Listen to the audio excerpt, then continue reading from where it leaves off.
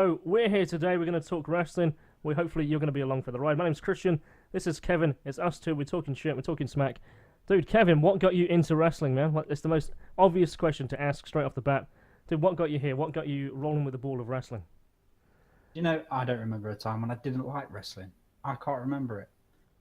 I think there was a time when my parents sat me down in front of the TV, it was on, and I watched it. I was at the age where it was the big, bright, colourful Hogan, and the Warrior was a few years away. It was just something new. And it was so different from anything else I think I've seen at the time. It was Well, that's a good live point. So, action what else was on cartoons. TV at the time? I guess. So, we're talking what? Late 80s, I guess Sky TV was a big thing. Everyone fucking had Sky at the time. And wrestling was the big thing on Sky Sports. I think it was the only thing on Sky Sports really at that time. So, what else was on TV? I mean, Gladiators, I guess, came in like 1991, 92. Um, and I guess wrestling had been off TV in the UK since, what, 88? Um, and I guess there was no big colourful things on TV where everyone looked like larger than life superstars. I mean, is that what drew you in? Was it the colours with the big lights? It could be. I mean, at the time, that it's not like you could really look at superheroes or comic book heroes. Yeah. Yeah, at that time, we were still watching cartoons from the '60s, where it was single frame movements with talking narrators instead of action being portrayed on the screen. So I mean, I kind of it's interesting because I think the parallel between superheroes and wrestling actually is a lot more closer than people realize. You realize that everyone is acting out a persona that is a that it's themselves, but it's like it's ramped up by 10, as Steve Austin says. Um, and then you look at the superhero phenomenon in the way that it is now, where it's that kind of reality, kind of gritty urban superheroes that are real now.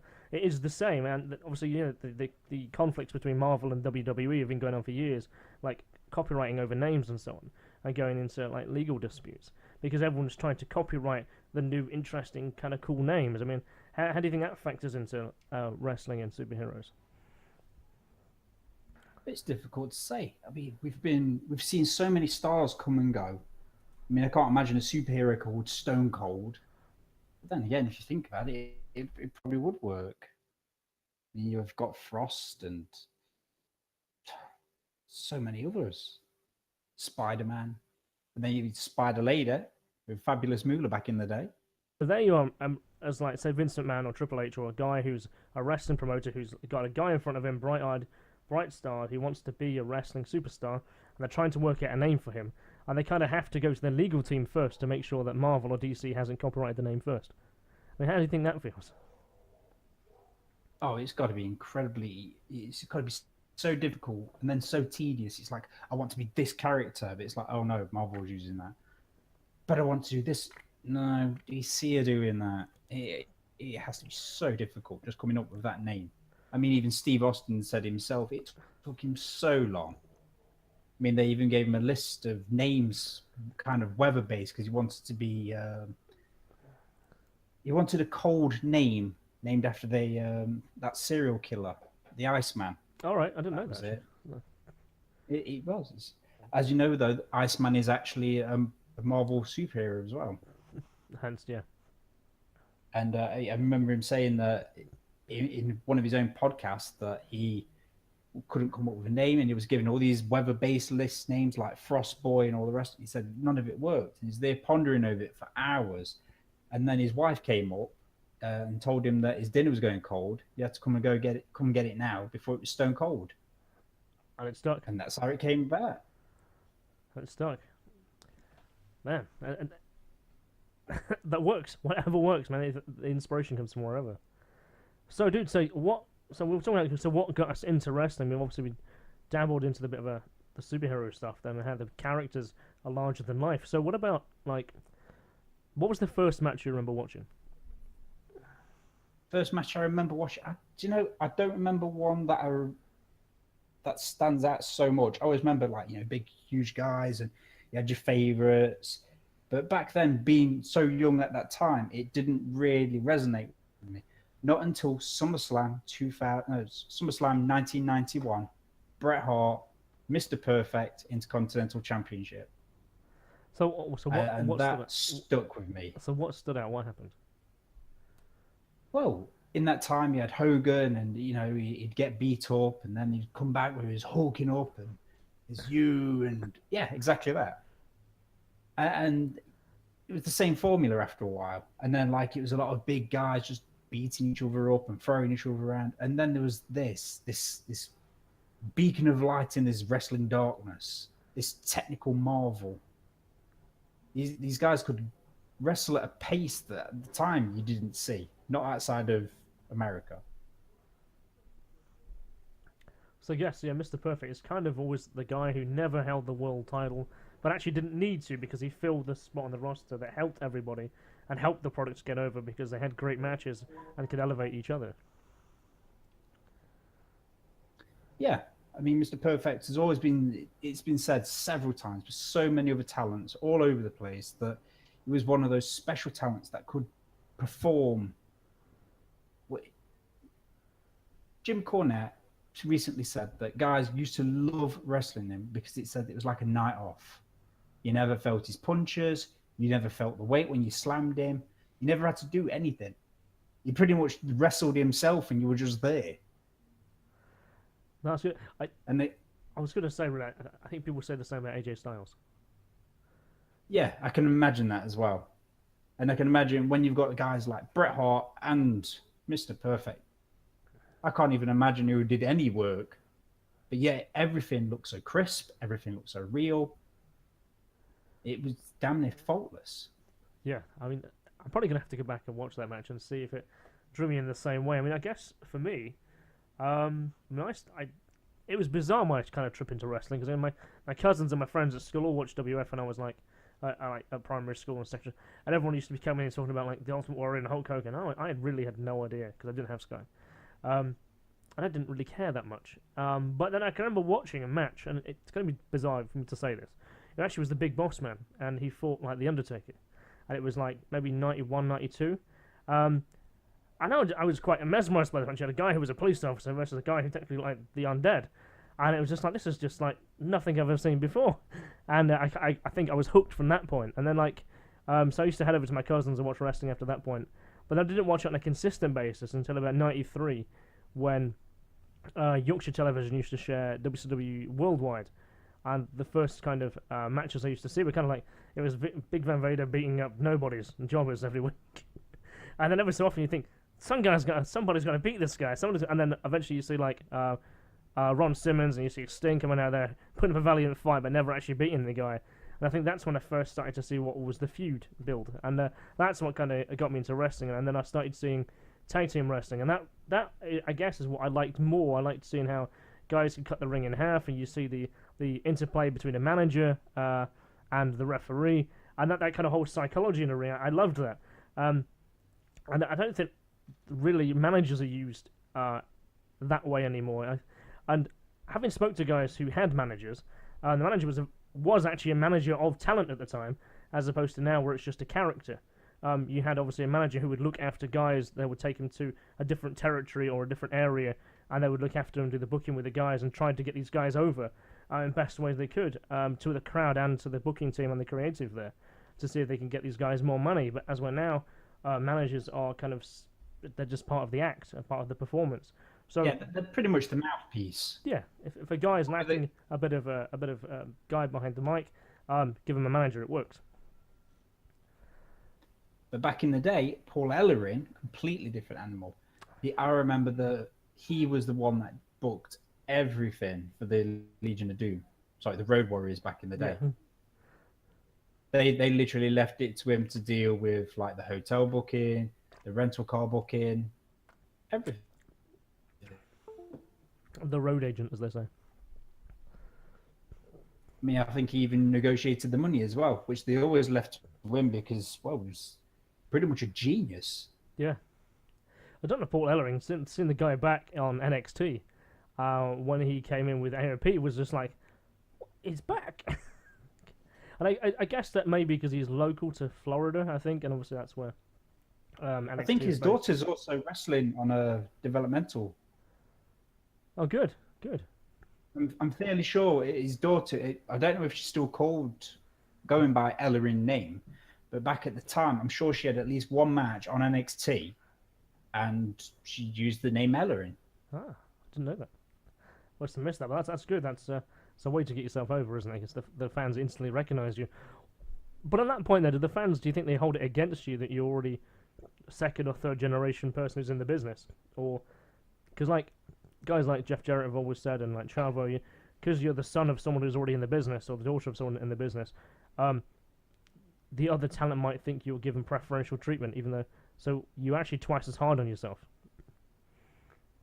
It's so difficult to say. I mean, you take a look at a guy like Curtis Axel, who's, in all honesty, he's not done anything like his father. Absolutely nothing at all. And then you look at Randy Orton. He's surpassed his grandfather and his father multiple times. And I mean, he had put a promo on SmackDown just this week, and it is blistering. When that guy is a heel, he is untouchable. He's a boring face, still fantastic in the ring, but as a heel, he's vicious. And his target at the minute is Jeff Hardy, and Nakamura is just on the sideline. It looks like it'll be a triple threat for the US title at SummerSlam.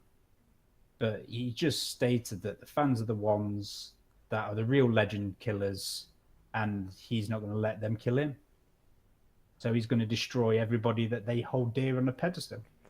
I mean, talking of Randy Orton, do you not think that, say, they always had stock in Randy? Because, like, you remember the times, like, early 2000s when he obviously came in the business with long flowing kind of curly hair. I think they teamed him up with the Hurricane, I think, initially, with Shane Helms. And then he had an injury, I think it was his leg or his back. Shoulder injury. That was it. And he was like out for like almost a year. But they consistently still kept him on TV in these kind of like silly skit promo moments, where it was like, breaking news. Yeah, so the update on Randy Orton's shoulder. Yeah, so it was they must have had stock that this guy was going to be a future prospect, big star, because they could see it in him. Maybe it's the second, third generation thing, or do you think in terms of backstage they already had their, okay, we're going to make this guy run for 10 years at least, and then work from there? Do you know, I don't really think they're always that sure. I mean, they didn't really put much stock in Dave Bautista when they bought him up. I mean, when they first bought him from OVW, it was a big guy holding a box for Reverend Devon. Yeah, it was. And in fact, he wasn't even the first choice for Evolution, Batista. Mark Jindrak was a preferred choice. In fact, they actually filmed vignettes with Flair, Triple H, Randy Orton, and Mark Jindrak. Really, I didn't know. They just didn't. That's true. They felt that he didn't really look the part. He never seemed to fit. Randy Orton was a natural. They've never said anything different. I mean, Ric Flair's Ric Flair. If you can't look good with Ric Flair standing next to you, what the hell are you even doing in the business? Yeah, absolutely. And they just decided to switch up Jindrak with Batista. And it worked even better because he was a big guy. He was definitely the enforcer. And he had that intensity. And then who knew that he'd actually become one of the best big men in wrestling? I mean, that guy, he didn't just do all his power moves and that. He learnt submission holds. He did that little bit of extra. But again, if you're under the learning tree of Triple H and Ric Flair, yeah, what you if you ain't picking things up, what are you doing? Yeah, because I mean, obviously, I don't know when Dave Bautista got into the business, but I mean, it was pretty green in those early days, and obviously he was in OVW beforehand, at least for a couple of years. He probably obviously got in on his physique and how he looked. I'm assuming he either had a college wrestling background or he was a footballer who's obviously crossed over. Powerlifter, if I remember right. Powerlifter. I think it was just a case of he looked the part, so they brought him in, and because he wanted to learn. I mean, it was OVW, and Jim Cornette loved him, and that's why he was Leviathan, and they never had him beat. Yeah, he was Leviathan. Yeah, and they had John Cena as prototype, the cyborg guy. So yeah. What do you think back? You kind of think, oh, would that actually have worked in WWE? And would he have become popular if he was this kind of like cyborg character who could never get defeated, or would bionically come back to life after getting a beatdown? I mean, I think John Cena, when he came into WWE, he was just the guy who used to wear gold trunks and just really didn't get over it at all. No, but then he did that hip hop thing that even Paul Heyman hated. He said that would be the thing that kills John Cena. But no, it literally, it's what I guess the Eminem thing definitely was, made him. yeah, the Eminem thing was huge at the time, and then just from there skyrocketed. And And he just knew his thing as well. I mean, John Cena as the Eminem white boy rapper coming out, cutting his little rap promos on every opponent that he went against. I don't know if anybody else found it hilarious, but I certainly did. yeah, got him over. Oh yeah. I mean, come WrestleMania 21 when he challenged for the WWE title, I couldn't wait for him to take the belt. Dude, rest 21. No, it was 20. Yeah, it was 21. Yeah, Scary, defeated JBL yeah. and Batista. Who did Batista take? Batista took Triple H, didn't they? I think so. Yeah, because they both won their worth titles on the same night, Triple H and Batista. That's right, yeah. And that was like, what, 14 years ago? Yeah. I'm getting old. It makes it's scary because with WWE often talks about the WrestleMania moment, isn't it? You know, what sticks in people's minds. And actually, it works because they do emphasize on what was important at each WrestleMania. Whether that be, fucking hell, so many examples, really. Yes, Undertaker's undefeated streak, well, except for 2 times. But you'd want to see Undertaker at WrestleMania. You want to see the big change happen. The big heel versus face, but face always wins at WrestleMania kind of thing. For the ultimate uplift. And, you know, it's huge. At WWE, whatever people say, it works. You know, that their business plan works. And it's huge. I mean, nothing even comes close to WWE's conglomerate, really. Nothing. You say that though, but New Japan is starting to get them heels a bit. I mean, Wrestle Kingdom, it's getting on for being quite a spectacle in its own right.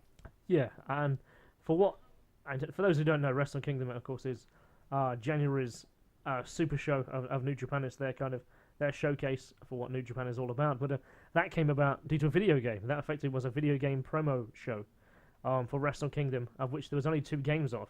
There was Wrestle Kingdom and Wrestle Kingdom 2, the game, which were produced by Ukes, who also produced SmackDown for WWE.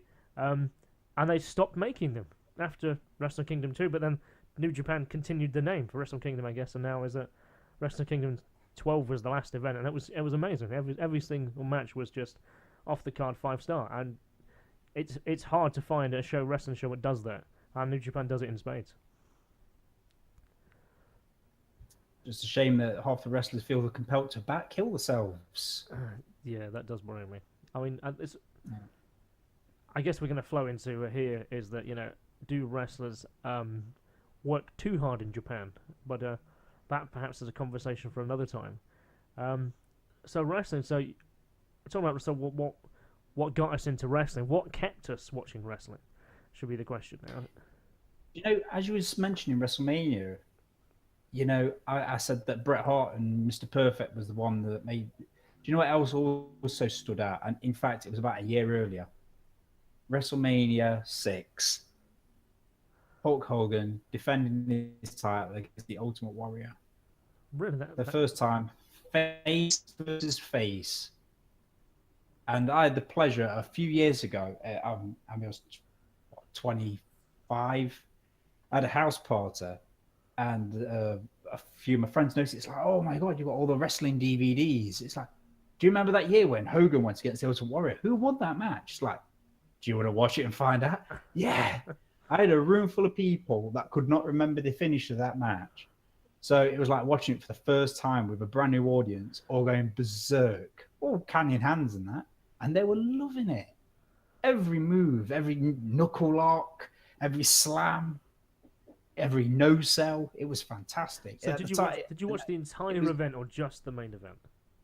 Just the main event. Okay. I don't think any of us could have stomached the whole event. So what other matches were on that card? Do you know what? Offhand, I can't remember. This is why we're talking about WrestleMania moments.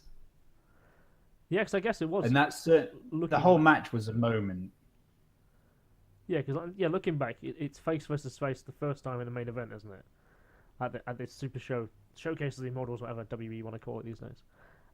Their big grand show of the year, face versus face. And Yeah, it was 1990s version of Captain America versus Iron Man.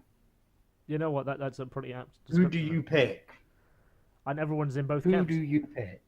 I don't. Exactly. I don't know what camp I'm in both. I love both. Well, I don't know what happened to me in that regard. So, what kept me watching wrestling? I guess Lucha Libre kept me watching wrestling. So, if you watch WCW back in like I was watching generally from like '97. So I saw the whole NWO period until it closed in 2001. And I watched WWE at the same time, or WF at the time. And the one thing that kept me watching wrestling was Lucha Libre, watching the cruiserweight guys, watching the guys on the mid card, never getting out of that position, but having the most amazing matches that eclipsed anything in the main event at all. And I think that's actually what kept people watching WCW more. It wasn't, they didn't really care too much about the Kevin Nash and what was going on in the top spot, having kind of average matches. You're watching guys like Chris Benoit, Jericho, Perry Saturn, you're watching Kidman, Rey Mysterio, who were much more exciting. They were the guys who, Nitro at that time was a 3-hour show. So they filled it just deck to deck with like pay-per-view quality matches because they had to fill the spots. And that's what I think kept me watching wrestling. So I must have had other things going on at the time. And I can remember watching WF and seeing. I can always remember watching one night, and I kind of ribbed you back in the day about it. I can remember watching a ladder match on Nitro and then go to your house. And we watched Raw, and it was like some kind of slash bucket match. And I was like, what the fuck is this? Oh, dear God, yeah. Just, I understand what you mean. The Attitude Era that everyone goes banging on about. I mean, don't get me wrong. It was an unbelievable time. But the thing is, it wasn't so much the Attitude Era. It was the Monday Night Wars. Now, for WCW Nitro, for me, yes, the mid-carders, the cruiserweights, the main eventers, I was interested in because there was ex-WWE guys, and I wanted to see how they would do. yeah. But that drove me absolutely nuts, and I'm sure it did for most people.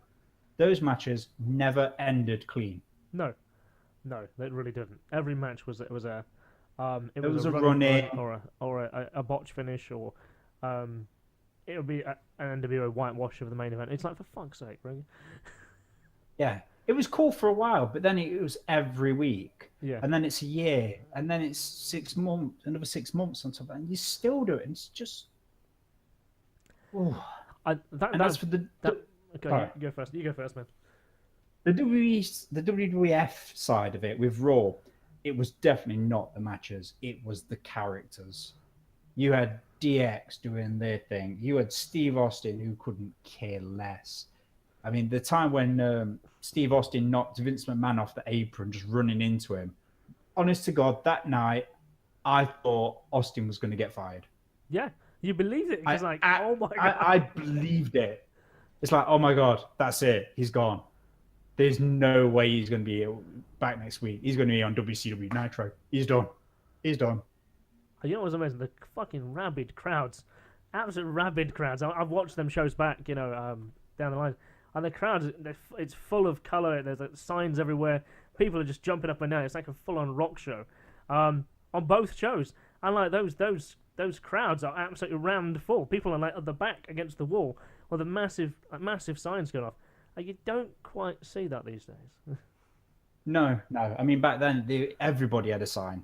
4, 5, 6, 7 signs each for every wrestler. And now it's like, there'd be a row of 20 people. Maybe one guy's got one, and it's the guy behind me can't see. Yeah. It's like, yeah, I think he knows that. He hates you for it. Yeah, because he wants to see the show. Yeah. I watch the guy beating the beach ball around the audience. Which, by the way, you're out there doing that, stop it. It's not funny. Nobody likes you. Maybe a blow-up doll would work, but Don't give them ideas. So on that very note, it kind of reminds me. I went to see like TNA live. I think it was the last time they toured the UK, and I'm not sure. I think it was Manchester Arena, and where I was, we could see the entranceway kind of flat on, so you saw everyone come out. We're on that fourth row, so it's pretty decent seats. And they had the corridor next to us of where the runway, the alleyway. Quite a few guys jumped over. It's pretty cool. But there was this little kid in front of me, right? And he had this big ass like Bobby Lashley sign, and every time, no matter what was going on in the ring, he would stand up and hold this sign up, and I couldn't see anything. It was like it was bigger than he was, and it's like, for fuck's sake, you sit there, but you can't say anything because he's utterly loving it. And so I've always found, you know what, as much as I love wrestling, I'll watch it on TV. Do you know I don't like going live. I don't like the waiting in between things. I don't like the fact that I don't hear any commentary. And the thing that really annoys me more than anything is I don't like being in crowded places too much. It's the shuffling in, getting to your seat, shuffling out to the toilet, shuffling back, shuffling to leave. Yeah, and everybody's... It's like going to the cinema when it's a new release movie and everybody has got fucking popcorn, everybody's got crisps, and it's like, shut the fuck up, I want to watch the movie. Yeah. Rustle, rustle, rustle, crunch, crunch, crunch. Why am I covered in popcorn? Yeah, I love wrestling, but I like the atmosphere of going live, but, you know, I'd happily rather sit there on TV. I love the commentary. Well, sometimes. Well, yeah, Michael Cole, I'll give you a miss. But you say that. Did you catch Michael Cole when he did the UK Championship tournament? No, I haven't seen that yet. So you should watch that because that's Michael Cole Unleashed. He's let off his leash. He produced that. All right, okay.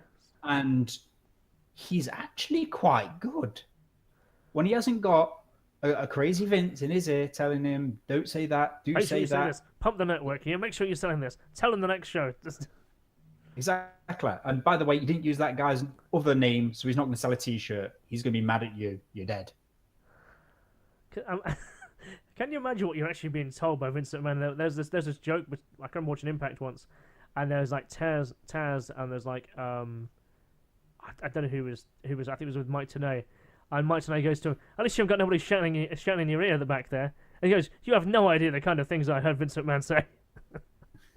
And he apparently it was just so the rest of the match was going on in the ring, but the whole conversation was just Tenay and Taz talking about Vince McMahon talking to him in his ear, and it actually made the match so much more funnier because they just completely ignored it, and they were like, "Oh yeah, it didn't move." So what did he actually used to say to you? You know?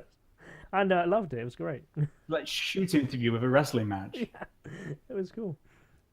Oh man. So where were we? We've gone so far off track. So wrestling, what keeps us interested, I guess. Well, I guess this is what it is. We talk about one thing, we roll into the next thing, and I guess as our conversation evolves, that's why we became more interested in it. As I was a child, it was the superheroes. As I was a teenager, it was the attitude. As I was a young adult, it was Kurt Angle, you know, more reality-based characters, Kurt Angle, Chris Benoit, Brock Lesnar, Shelton Benjamin, Charlie Haas, all those real wrestlers. Yeah. Chris Jericho, the return of Shawn Michaels, dear God, return of Shawn Michaels. And then it took that massive dip around about my mid-20s where the quality just seemed to go down. But I think that was because there was no WCW. TNA was doing okay. Yeah, I think it's still doing it at sports time, I guess. Where it was on, I think it was on Sports FS, some strange sports show in the US, where it ran like hour shows as opposed to 2 hours, and really wasn't Impact at that time. It was just, I don't really know what it was. Trying to identify itself. Which I guess it still was doing it was that. a weird period around about the 2005 mark for wrestling. It was a massive dip, and I don't even think the Indies were that interesting at the time. I mean, it's worth talking about Indies, I guess, perhaps as a separate conversation, but on that point there, I think wrestling nearly died, I guess, in many ways, thinking of that time, because not much was going on at all with wrestling. Like you said, there's massive lull happened, and now we're on a bit of a high again. But are the ticket sales still there? I guess we don't know. Is the money rolling in? I would think the money for Ring of Honor is rolling in more than ever before. The money for New Japan is rolling in. I don't know about WE anymore. And TNA still doesn't charge its ticket prices, so they've just been silly.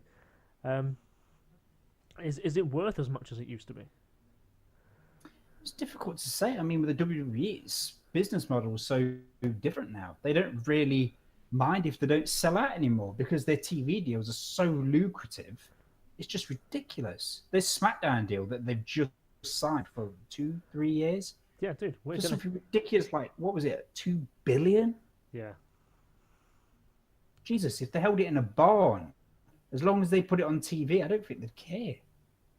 Hey, you give it to Matt Hardy, you'd probably do it. He'd hold it in his backyard. Yeah, just to have some I kind of. remember coming to the ring on mowers. So yeah, like that. So that low point. Let's talk about like say 2000 to 2010 then. So 2000, I think, was when wrestling was getting it.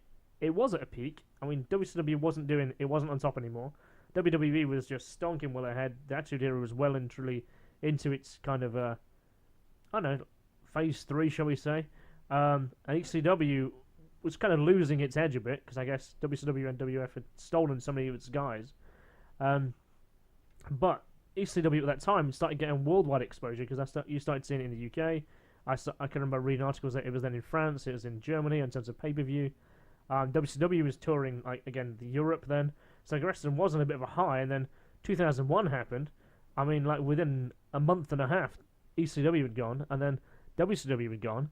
So you got effectively 90 to 100 guys without a job, without.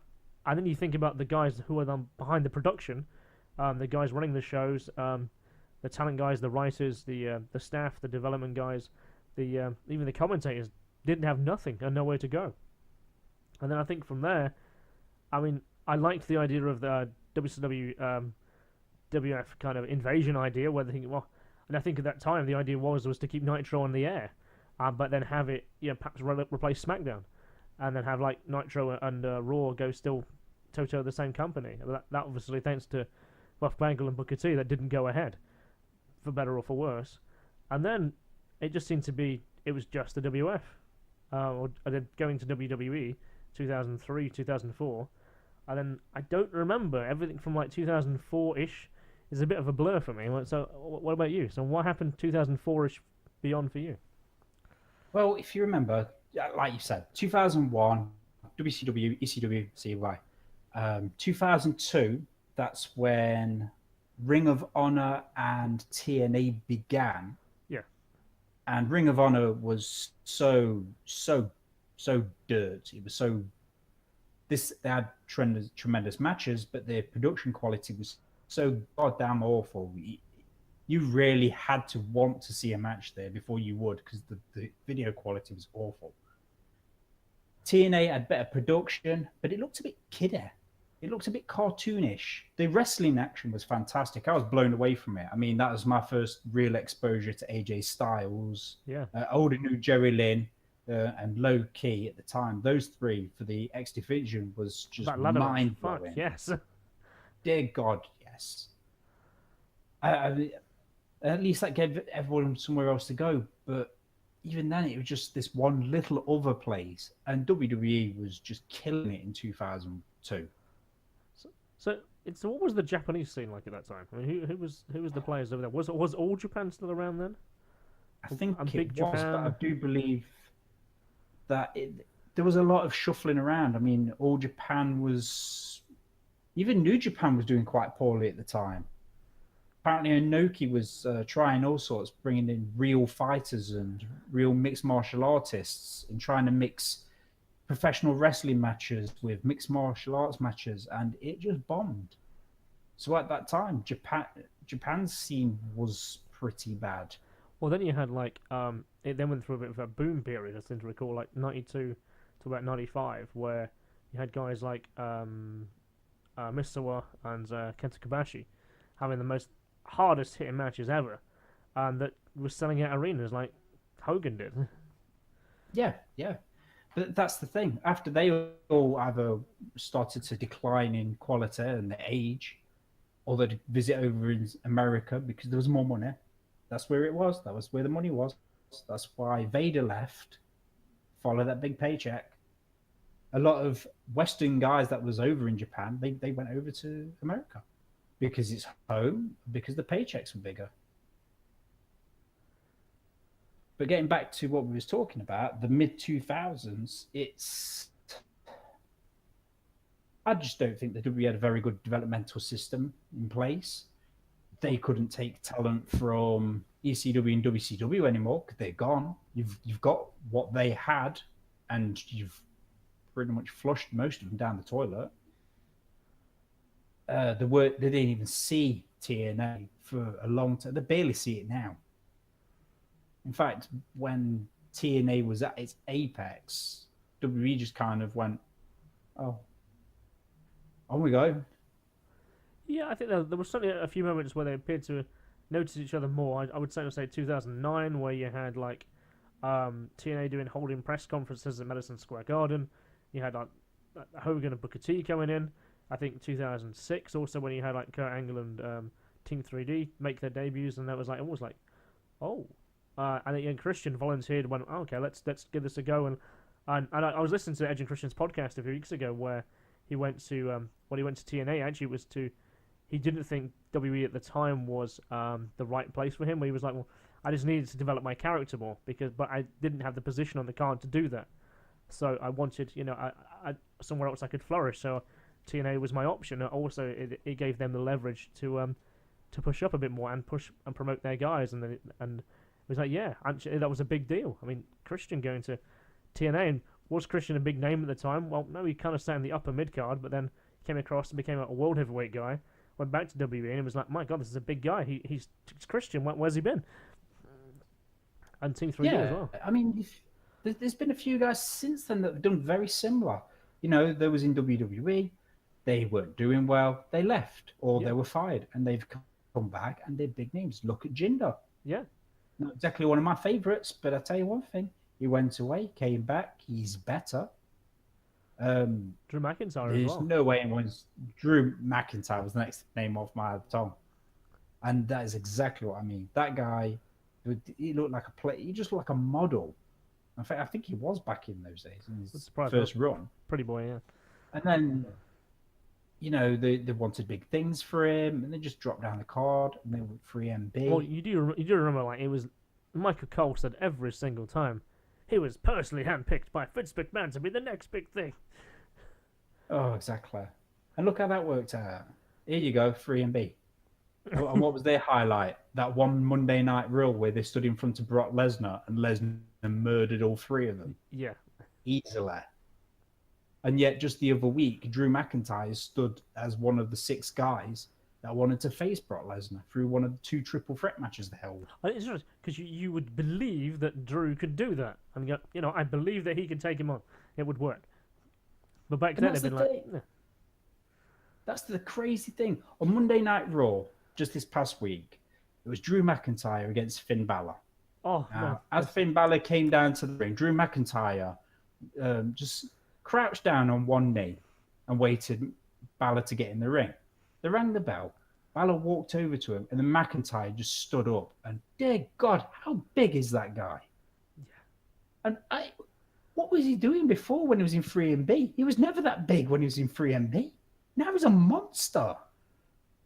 Yeah, he's absolutely huge. He was one of the guys who kind of like reinvented the UK as well, because he wrestled fucking everywhere. He was on every UK show I saw. Everyone. He was in ICW. He was in. I was pushing like WCPW. Everywhere there was a UK show, this guy was on, and he was either their champion or he was pushing to have good matches. Then he was in Impact. He was on Evolve, and then obviously ended up back at NXT. But in that time that the guy was in TNA, for instance, or in Impact, whatever they were called at the time, because even they didn't know. He was the champion standard bearer of the show, and it showed. It looked like he learned how to use the cameras right, how to show his physique better, how to have strong matches that are convincing in a world title shot in space. And then when he went to NXT, you could see that his transition was working. He then became the main event star, and you believed it. As before, you didn't believe it because he was never in those kind of matches. No, he got dirter. That's it. Yeah. He grew his chest hair. He just let his hair grow and just fall in front of him. He grew a beard. He just got rough, as Jim Cornette calls it. He just got roughed up a bit. Yeah, he got gritty. And now he looks like he could hurt you. Before he looked like he'd, cover you with oil. Yeah. Yeah, or maybe recommend a really good hairdresser. Well, a lot of guys who did that. And it's weird when you talk to casual fans, or even, I mean, dare say, even smart mark casual fans. There's two guys at work who are like this. They know enough about wrestling to know that it's entertainment, but they're so in wrestling that they still think it's kind of real. And then you go, oh yeah, they just leave WE and they just because they failed, they didn't work out, and it's like, no, they went away because they wanted to reclaim what they were good at and to get better, and then go back to WE where the money is still. You haven't made it unless you've made it in WWE, really. Young Bucks, apart from that. So to go away, it's a different time now. It's a different time. I mean, Cody Rhodes has definitely gone, hey, look, I'm outside the WWE, and I now make 4 times what I used to. Now I'm going to promote my own show. Well, so this is kind of what's going to tie into that a little bit. So there's two guys at work, yeah, and they're wrestling fans, but one particular guy's a bit of a cock about it, and he's like, yeah, but he left WWE because like he wasn't getting booked the right, and now he's gone away. So what it means to them, they've got 2 lightweight cruiserweights, and they've got like Kenny Omega. He's perhaps just the biggest star in Japan, and like Cody is just like the WWE guy who fills out the group, and it's like, you fucking have no idea. Like I humour him because he's retarded. Fantastic. I shouldn't say that, but yeah, it's right. He is. But yeah, so he doesn't see the perception of what it really is. Where it's like it's Cody actually becoming himself, getting better at what he's doing. And he was on the Edge and Christian show a few weeks ago as well. And he was like, he's loving the fact that he has creative freedom, what he wants to do. He's willing to try new things and try new avenues, and he's still very anxious about what All In will deliver at the time, because like he's having to book everything, and everything costs. He says everything costs. I know, it's amazing that they've done what they've done though, and sold out a huge arena in less than an hour. Yeah, half an hour. Yeah, 27 minutes and 29 minutes. Isn't it? Crazy. That is just obscene. But do you think? And that's the thing. Okay. Sorry. No, you go ahead. So, what I was really going to say there is, do you think then, as a question, do you think people are paying to go or watch the Bullet Club and Cody succeed because they believe in the Young Bucks and they believe in the Billy and the Elite and they want to support it? Or do you think they want to go see good wrestling? Or they've given their fingers up to WWE and shown that, yes, we can do 10,000 seats? Do you know what? I think that's what Bullet Club stands for. It's good wrestling. And it always has been good wrestling. Since the whole Bullet Club idea was incepted with Balor, Gallows, Anderson, and the Gorillas of Destiny. Since those days, it was always about great matches. And I think that's what the fans will support. And I think they also support the Elite. They sell their merchandise. They stand for something completely different from the WWE. I mean, the fact that the Bullet Club actually went to one of the WWE events, just like they did to WCW. Oh, that was great. I'm sure that drove Vince insane. Everyone's outside wearing a Bullet Club t-shirt. And it was weird because I can remember at the time, every time you watched a WWE show, the crowd was entire washed with Bullet Club t-shirts, and that cannot fail to have been noticed.